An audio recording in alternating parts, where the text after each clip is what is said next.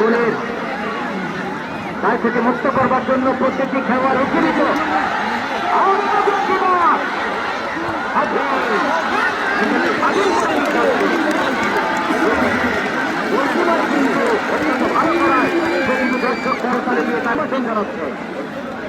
দুটি দলের গোলকিপারে কিন্তু অসাধারণ স্বাধীন এবং নিহাল।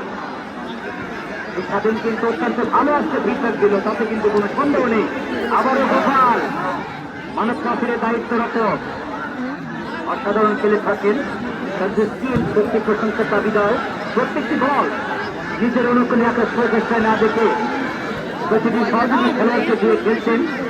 আবারও আক্রমণ করার চেষ্টা খেলোয়াড় এখানে রফিক মানব কাফিরে বাধাপ্রাপ্ত। এখানে কিন্তু খাটো দেহের যারা প্লেয়ার প্রত্যেকটি খেলোয়াড় কিন্তু অত্যন্ত ভালো খেলবার চেষ্টা, তাদেরকে দাবিয়ে রাখা যাচ্ছে না।